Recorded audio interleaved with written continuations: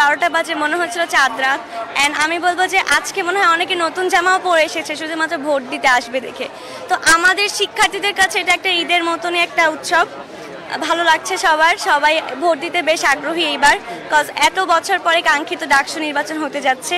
তো আমরা সবাই আশাবাদী এবার ভালো কিছু হবে। আমরা যেটা ভেবেছিলাম যে সুষ্ঠুভাবে হবে, খুব নিরিবিলি, সেভাবেই হচ্ছে, কোনো রকম ঝামেলা হচ্ছে না। আমরা খুব এনজয় করতেছি। নিরাপত্তা যথেষ্ট পরিমাণ আছে, আপাতত আছে। আমরা চাই যিনি প্রার্থী হিসেবে আসবে তিনি ক্যাম্পাস নিয়ে কাজ করবে, আমাদের দাবি দেওয়া শুনবে, আমাদের দাবি দেওয়া পূরণ করবে এবং ক্যাম্পাসকে একটা সুন্দর সুষ্ঠুভাবে পরিচালনা করার জন্য আমাদের যত কিছু প্রত্যাশা আছে তারা পূরণ করবে, আমরা এটুকুই চাই।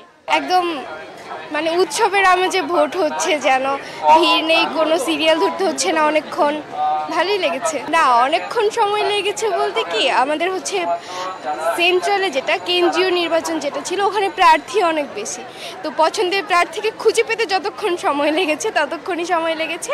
আর হল সংসদে তো প্রার্থী কম ছিল, তো দুইটা সংসদ একটা কেন্দ্রীয় একটা হল সংসদ মিলিয়ে যতক্ষণ টাইম লাগে। প্রার্থী প্রত্যাশা শিক্ষার্থী বান্ধব, সহনশীল যে রাজনীতি করবে আর ক্যাম্পাসের উন্নয়নে কাজ করবে, সর্বোপরি শিক্ষার্থীদের জন্য কাজ করবে, এমন কেউ আসুক।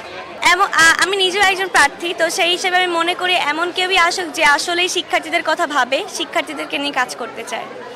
কোনো স্বতন্ত্র হোক সে, বা দল হোক বা প্যানেল হোক, যেই আসুক না কেন সে যেন সত্যি শিক্ষার্থীদের কণ্ঠস্বর হয়ে দাঁড়ায়। খুব ভালো এক কথায়, কারণ সবাই বেশ উৎসাহী, আজকে সবাই চলে এসেছে, তো ভালো।